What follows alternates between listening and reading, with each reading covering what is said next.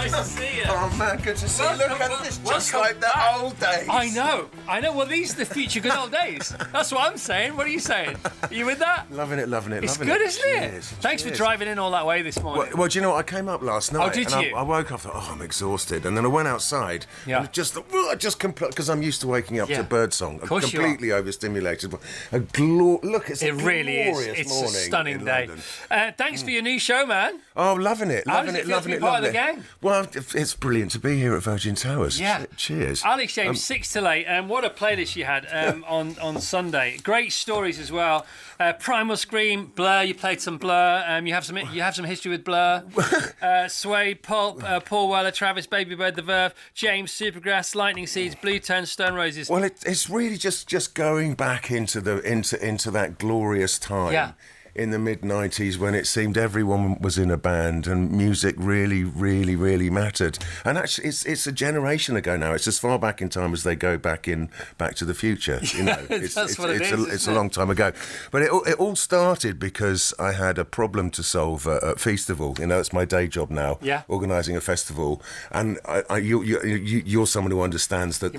We've had the chat, haven't we? The pain. Yeah. Have you got your headliners booked in for we've moved to Silverstone now. Oh, have you? Whole different conversation. Oh my word! Yeah. And Clarkson's getting in on the Yeah. Well, I think we're doing I'm doing Farm Fest with Brit Pop Classical, but we had you'll know that the hardest. I mean, it's the most fun I've ever had organising a festival. I absolutely love doing it. But the biggest headache every year, I'm sure you'll agree, is nailing down the headliners. Yeah. It's because there's 1,000 festivals up and down the UK every summer. You need a good headliner, otherwise you haven't got a party. And there's just not enough bands to go around. And so it's going back to Christmas 2023. If you haven't got your headliners booked by Christmas, you're in big trouble. And it was like the last Blur show was in Argentina. It had been absolutely amazing, like best tour we'd ever done. And I was home for Christmas, fantastic. And I literally, the wheels down at Heathrow, phone burbles to life, and it was the booker saying, I can't even remember who it was, but the headliner that we thought we had for Saturday night had dropped out. So I had to go straight back home into this massive Zoom call with like 12 execs all panicking. Oh, what are we going to do? And the booker was like, trust me, Alex, Ministry of Sound Classical, it's 90 minutes of hits, you're going to love it. And I didn't have much choice at that point, and like nothing's 90 minutes of hits, but I kind of had to book it, went to watch it. Oh my word, it was actually 90 minutes of hits. So is that Pete Tong's thing? No, there's a few of these classical things doing the rounds. So we've had it. So it works. We know it works. So yeah, the Ministry thing, it was literally 90 minutes of hits. The best show we've ever had. So I went running. I had kind of an epiphany on the spot. Went running straight backstage afterwards, going, we have to do a Britpop version of this. So it's a similar thing. So it's a symphony orchestra, a rock band, chorus of singers, special guest singers bashing out the hits, and it works. And 90 minutes of hits, and it works. That's amazing. Let's just say where it is, because people have got to go and see it. So the Royal Albert Hall, London. Have you done the Royal Albert Hall before? I've not done that before. No, I think that's sold out, sadly. But not sadly for you. I suppose sadly, we've sold loads of tickets. What a nightmare. Sadly, I'm in Blur. Sadly, I'm really happily married. Sadly, I've got a farm. Sadly, I'm a really nice bloke. Well, no, it's just. Can I remember the dates? I've got them. Okay. We've got Birmingham Symphony Hall. So this is all in March. Manchester, Brighton, Nottingham, Newcastle, Glasgow, Sheffield, Farm Fest, Southampton in June. Now we just So there's like a festival hall, symphony hall run in city centres in spring, and then summer we're doing. All right. So until the weather brightens up, we're going indoors. Exactly. Which makes a lot of sense. Mm-hmm. Nice one there, Al. Lincoln, Llangollen, Scarborough, Halifax, Margate, Latitude Festival, and it will go on. This is something you can do forever, isn't it? Well, it's just really, really fun. Really fun, man. Yeah. I mean, fun. Gets people out. Yeah, and so I came in to talk to Ben Jones to talk about it, and he's like, and we're happy to have his sloppy seconds. Well, no, but then he's like, hey, well, this could be a great radio show, just sort of going into that wonderful archive and sort of doing a bit of a librarian job. Yeah. Because actually, it's a sort of one of my first jobs when I moved to the farm after kind of Blur went into hiatus was doing an A to Z of classical music on Classic FM, which enabled me to learn are kind of Yeah. all about. And so this is a kind of A to Z of Brit pop, really. I guess. Okay, now I know for a fact you're signed up for 13 shows, but Yeah. we want him forever, don't we? So could you sign that? Yeah. Yes, I will do this show forever. I will do the show forever. Alex, James. And that's how we get the big dogs, guys. Yeah. No, but seriously, it's so cool. Did you hear Huey Morgan at the weekend? Huey Morgan's on 10. Yeah. But I love Huey. I love Huey, love you. Animatronics on Saturday nights. It's all happening here. Thanks, mate. Oh, cheers, mate. Yeah, nice. That's not the end of the interview, by the way. Oh, no. How's things down on the farm? Farm is. Farm. I think winter in the UK, like a lot of the posh neighbours have bogged off to the Caribbean. Yeah. I just absolutely love. You go and steal their turnips when they're not there. Is it? Can I ask you about turnips? Because there's loads of turnips around where we live at the moment, and there's. I saw a field with more sheep in it than I've ever seen in a single field before, and they were chomping on the turnips. Are they planting turnips for the sheep? Yeah, the chefs don't really go wild for it. Like, and is neep a kind of turnip? Yeah, but do farmers do it on purpose because it's good food for the sheep, and actually they're never going to be harvested. That's just sheep food. I would think that's probably quite clever. Yeah. What do you mean you think you're a farmer? What? Well, sheep are quite perfectly happy eating grass at this time of year, but maybe. But is there enough grass around? That's what I'm saying. Well, there's more grass around. Yeah. A lot of they're lambing indoors actually. A lot of sheep will be in sheds at the minute. Ours are out grazing actually. Are you next door neighbours to Clarkson's? Do I march? Somebody said that to me over Christmas. Do you march? Do you march with Jeremy? I tractor. That means like all the best farmers. No, that means does your land touch Jeremy's? I thought you meant did you march on Downing No, well, Street? that's what I thought. No, we march with the Asters. The Asters march with the Clarksons. Is that the term? Oh, so you're next door. He's next door but one. Next door but one. So my daughter was looking after the puppies. That was great. We ended up with one of their puppies. I know we touched on this before, but because we're having the chat, did you see the farm advertised or what? When you went to buy yours? My farm and Jeremy's farm are the only two farms in the entire neighbourhood for miles around that haven't been snapped up by the local billionaires. Right. One of the neighbours described my farm as a bit of a tip. A bit of a tip. They're probably paying somebody to make theirs not a tip. But it's got to be a bit of a tip of proper farm, isn't it? You need mess. When you watch Clarkson's Farm, because I know you do. I love it. Yeah. Right. What are you watching? They're going. He's not really doing that, or are you getting tips, or how do you see Clarkson's Farm? When you live on a farm, there is nothing as interesting in the whole world as someone else's farm. Because you do it like that. Oh, you go. Oh, I'm doing that because everyone steals. I went through a kind of similar thing myself because Claire and I bought the farm on our honeymoon at the exact point when Blur split up, and I actually was able to kind of reinvent myself by I had a weekly column in the Independent. I remember it. This has gone wrong. That's run away. That's caught fire. Just like Ryan. And then he nicked that, turned into a TV show. That's what he thought. In fact, if you look at your old column, you can see the sequence of Clarkson's Amazon show. You go, I know what's coming up next year because if I go back to your columns and have a look. But the timing's it's just perfect. It's incredible what's happening. I mean, the 90s was an incredible time for British music, but the following decade was really when the Great British Food Revolution began. We had the Great British Cheese explosion. Now we're into the champagne supernova, like the British sparkling wine. And you do that, don't you? Well, we do make a sparkling wine. You got Brit Pop Brit? Yeah, well, when Blue, when I was promoting my first book, I kind of jokingly boasted that I spent £1 million on champagne, which I kind of made up, but everybody believed. Well, you might have made it. But you haven't really checked, have you?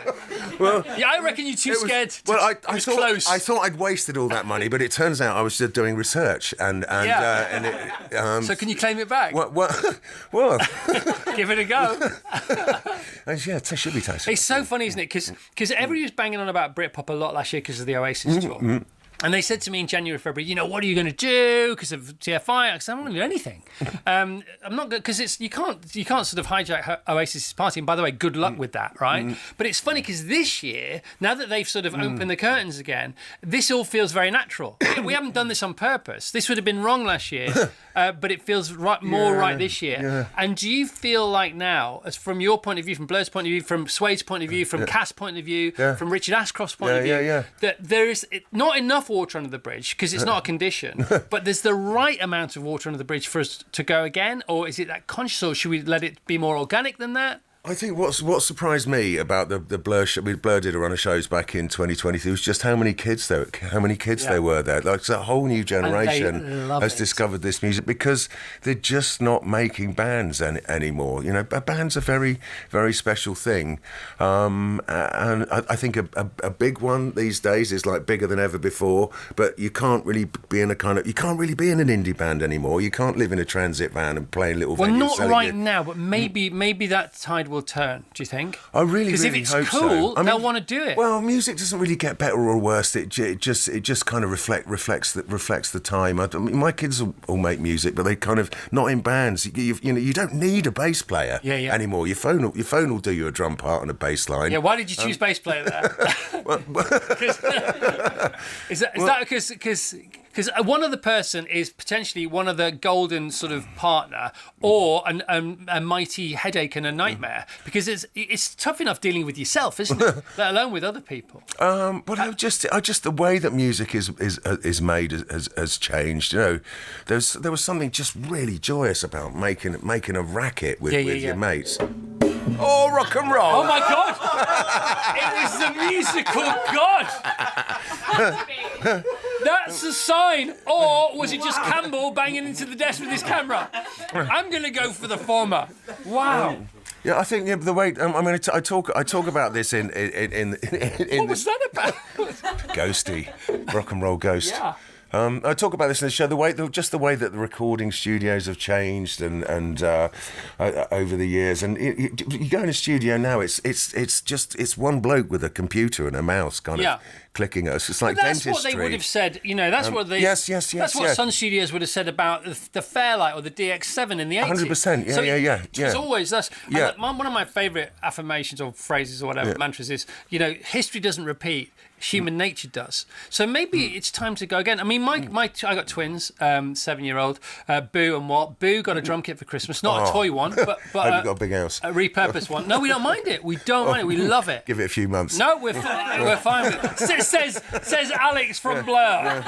Hilarious. Well, a couple of my kids wanted to play trumpet like the most. And I really tried to discourage it because trumpet's a whole different kettle of fish. But you can't. You actually, what's great is you can't stop them. Actually, no. You know, and they're not practicing; they're playing. They're literally playing. And Walt, her brother, he got an acoustic, semi-acoustic with an amplifier, and they're at it. They are at it. I mean, maybe it is coming back. What do you think? I really, really hope so, because where there is now a 4K plasma TV, there used to be a piano, and in the evenings everyone would sit around and play. You'd sit around the piano. Everyone would be a little bit of a musician, and it's just a wonderful thing to participate. So guess what? Walt, 7 years old. Guess what the first tune he's learned to play on the guitar is? Come on, Wonderwall. No. I wish it was. No, it's not even. What are the? Oh, is it down? No. Is it? No. Go back a bit further. It's the one that they wouldn't. There used to be signs in music shops, guitar shops saying. Oh no, Axel F. No. Stairway to Heaven. No. Stairway to Heaven. He's 7. It's his first guitar. I mean, talk about expectations, Al. No, it's not. That was the first one. Smoke on the Water. Oh, Smoke on the Water, of course. Smoke on the Water. Have you shown him how to do? You shown him how to do it? Because I learned that when I was 16.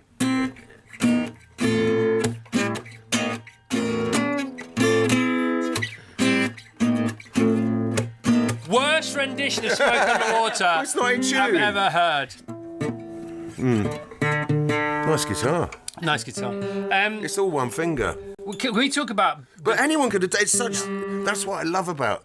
Anybody. It's so simple that it's actually a 7-year-old could have written that. Yeah. But it's just played really well. So crazy. Great band, the Perps. When you chose bass, did you choose the bass guitar, or did the bass guitar choose you? It was foisted upon me. I wanted a Korg Poly 800 keyboard. Right. Do you remember when keyboards arrived in the mid-80s? Yeah, of course. On the back of Bleem. They were like They landed from another planet. It was. Emerson, Lake and Palmer started the whole thing, didn't they? Oh my word! When you went in a corner, when they had different manuals, they called them, didn't they? Right, yes, exactly. A keyboard is a manual, isn't it? Yes, yeah. They played right hand, left hand, and over the shoulder. So you were a keyboard guy first? No, we had a piano at home, but just when I saw one of those, I just wanted it. But I could. It was 600 quid. Yeah. But a bass was 50 quid. Right. And I really wanted to be in a band. Where did you get your first bass from? Southbourne Exchange and Mart in Excellent. Folkestone. Yes. I still pop in there. I hope it's still there because Record and tape exchange and musical equipment. It was like cameras, tripods, hi-fis, DVDs. Not then, but CDs, sets, vinyl. So there was one in Notting Hill. Do you remember? It was great. That was just I used to love it. Junk shops have all it's all gone online, hasn't it? Like everything else. Oh, it's all changed. Darn that evolution and people getting on with their younger lives. That was 50 quid well spent. That and 50 quid on the bass and 50p on ABBA's greatest hits at Deptford Market. What that was all I needed. It's the opposite of farming, isn't it? The return on investment. And so you were what is it about bass players, right? Who's your favourite bass player? Top three. Peter Hook's pretty good. Yeah. Pino Palladino is next level. Does McCartney get in there? Yeah. Sting. And is it? Sting, John Taylor. Do you remember? That's why I wanted to be a bass player because he was the one all the girls fancied. Yeah, and by the way, and you. What's the easiest way to? Yeah, you took over that crown, didn't you? And is it? Because when I hear a song, we talked about this earlier, didn't we? When we hear songs, we normies, we hear the melody first, and now and again we sort of hold on to a harmony and we give that a go in karaoke or whatever it may be, especially Beatles songs, things like that. But do you hear the bass? Does the bass jump out? Oh yeah, so it's always what I'm listening to. So we go for Queen Under Pressure, right? We all hear that. But in other songs, we know the bass is there and we know it has a purpose and it's a foundation. But when Damien writes a song, right, and then you I presume the whole bass line is down to you. The songwriting can happen in any number of ways, but I mean, basically, we normally just start with like just pootling around a sequence of chords. But so do you think just all playing in the room together? Right, just a bunch of blokes with inner sweat. It's happened at our very first rehearsal. Like, here's a bunch of chords. Let's just play around them. So Graham's playing some chords. I'm playing the bass, and Damon's singing. You just go round and round and round until you lock in, and it's till you lock in. Feels great. And when that moment happens, is it obvious to everyone? I think that I remember that because we wrote "She's So High," which was our first single at our first rehearsal, which was on the last day of before the Christmas holidays at the first term at Goldsmiths. I remember going home for Christmas thinking, that was brilliant. Yeah. But I also thought the band I was in at school was the best band. I think whenever you're in a band, you think this is the best band. And that's exactly how it should be. But you never really know what you've done till at least 5 years later. Like song 2, which is that was. We thought that was a B-side because it's like less than 2 minutes long. You can't hear that. It hasn't really got any discernible lyrics.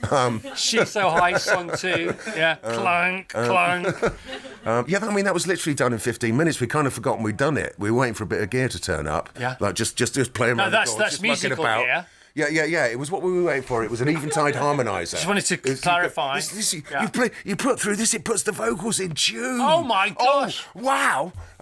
But it made it sound spacey and spooky. And I don't think we even ended up using the track that we were waiting for that. But we were just doing while we were waiting. Rod Stewart, 81, right? Oh my word! Yeah. This month. Tried to go and see him at Glastonbury. Yeah. But I had to go and do something. How old are you now? I'm 56 and feeling good. 56. So you got 25 years to carry on being as good as he is now.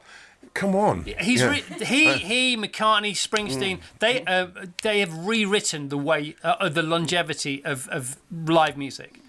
Yeah. Without being retrospective or sort of curated, or dusty. Yeah, I think as long as you sort of do it gracefully. Well, as long as you mean it. Well, why wouldn't you want to? Why wouldn't you? Why would you want to stop? Maybe you'd be scared. Why would you want to stop? People would I be remember frightened. I took one of the kids. It's just so much fun as well. Yeah. I took one of the kids to the Blur show in Japan.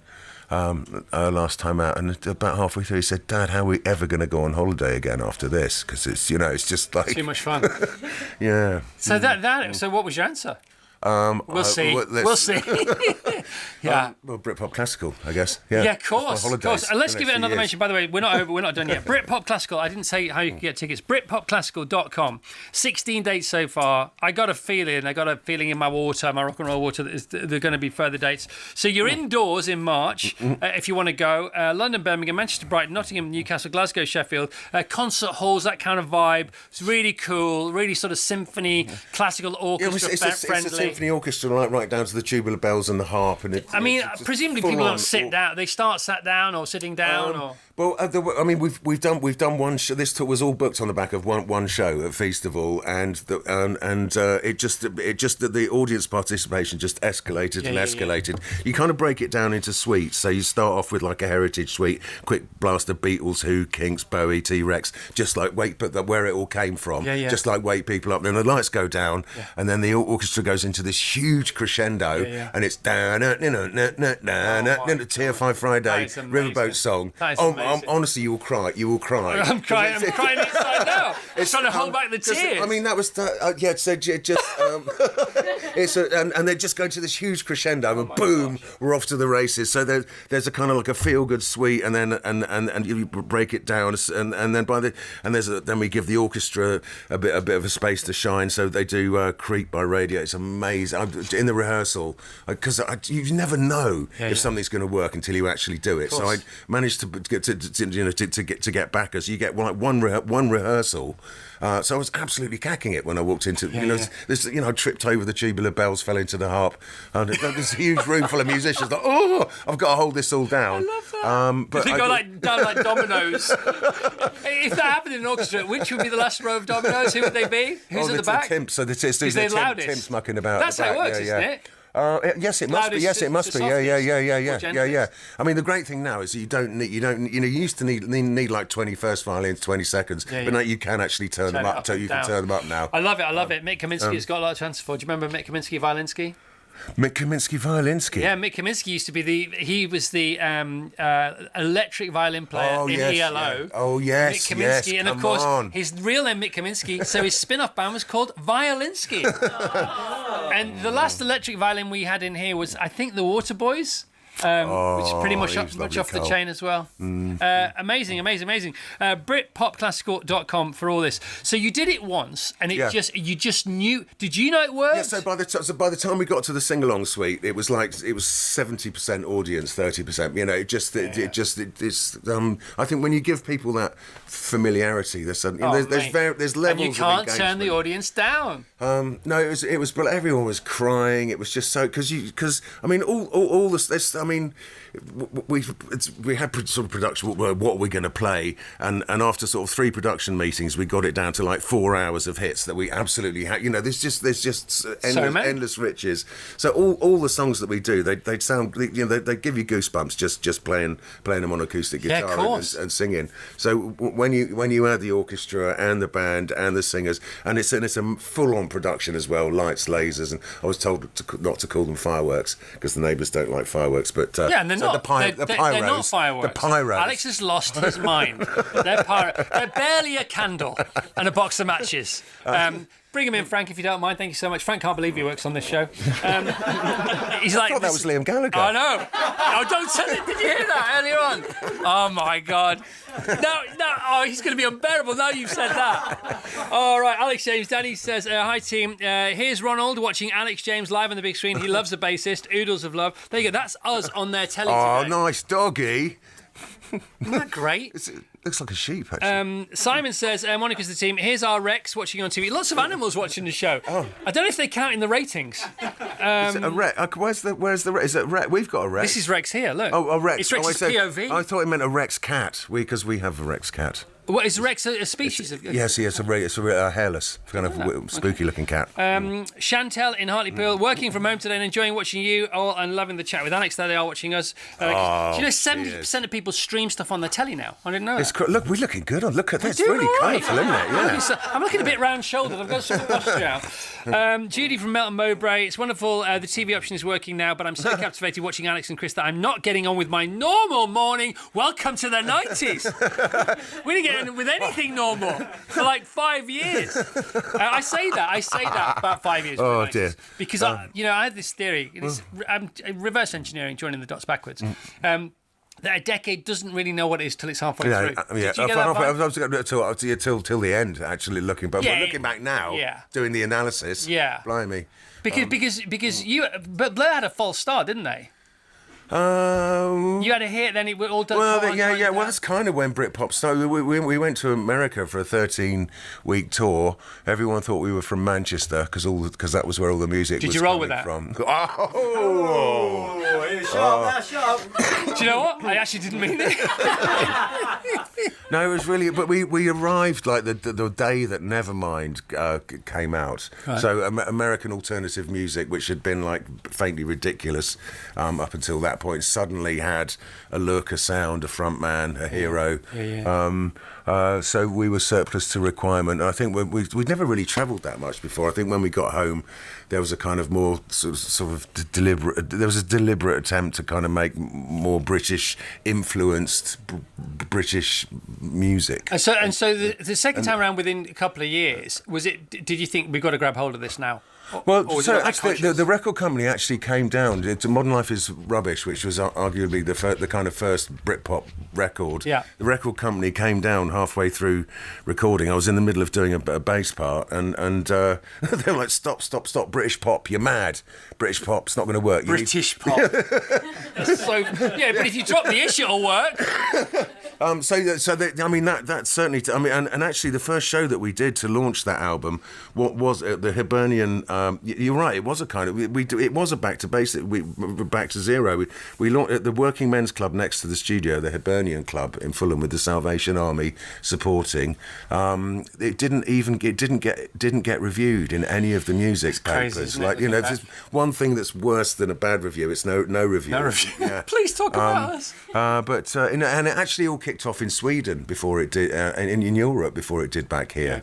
Breaking news: Alex Jones has just signed a new contract. I will do this show forever. So that's referring to this show now. So Excellent, 2 shows on Virgin. So he signed up for 2 shows free of charge. Because the thing about Alex, he's such a great guy. There's no such thing as mates rates. Like the full price of free of charge. We're FOC. Yeah, you got it, baby. Used to be the BBC, we're now FOC. FO something, that's for sure. Alex, great to see you, man. Cheers, man. You seem really happy. Well, no, you don't seem really happy. I can tell you're really happy. Well, I got the music in me again. Got it's the great. He's got the music in cheese him. and wine, it's great, but not music. Oh my word! Cheese There's nothing like it. Cheese and wine. As it's time for cheese and wine. What's going on with Blur? Anything there? I might go and see if Albarn's around actually later. I might give him. Are you actually? I might give him a tinkle. The last time you came on, because he's got wind. He's like, "What are you doing? What are you doing?" I better go and calm him down. Well, the last time you came on, you saw him for a coffee or a beer the night before. Oh yeah, he was. Yeah, he knew I was. When he knew I was going to see you in the morning, he said, "Come on, let's have a drink. Come on, come on. Why ain't you having a drink?" Yeah. Because I've got to get up at 7 o'clock in the morning. And so he tries to mess you up and get a bit of intel. Rat bag. So he's around, is he? I think so. Yeah, he's out with Gorillaz very shortly, isn't he? Went to see his. He did that the Magic Flute sequel that like Goethe had written a libretto to an unfinished sequel to the Magic Flute by Mozart. Yeah, that doesn't sound like him at all, does it? I can fix this. It was amazing. I went to see that in Paris. Of course it was. That was brilliant. So you might hook up with him today. Hopefully, yeah. Damo, give me a call. All right. Be out later. Back on the farm later, maybe? Back to the monastery tonight, yeah. Back to the monastery. The monastery of sound. Me plantation. The monastery of The monastery of sound. Mate, get it written down. You can have that one. As soon as you're doing a show for free for us, I'll give you that one back. So Alex James, let's hear for Alex James. Come on. Absolute hero, Al. Honestly, great to see you, man. Virgin Towers. Great to see you. Cheers. Alex, there's a brand new show on Virgin Radio, 6 to 8 on Virgin Radio UK. Sign up for the next 10 years to that for free. And what do you mean? And that's Brit Pop Classics every Sunday, and BritPopClassical.com is available for tickets now. Some shows are sold out. Indoors in March, outdoors in the summer. 16 dates for starters, and we'll see where we go from there. Is that about right? Yeah, that's right. Yeah. Alex James, everyone!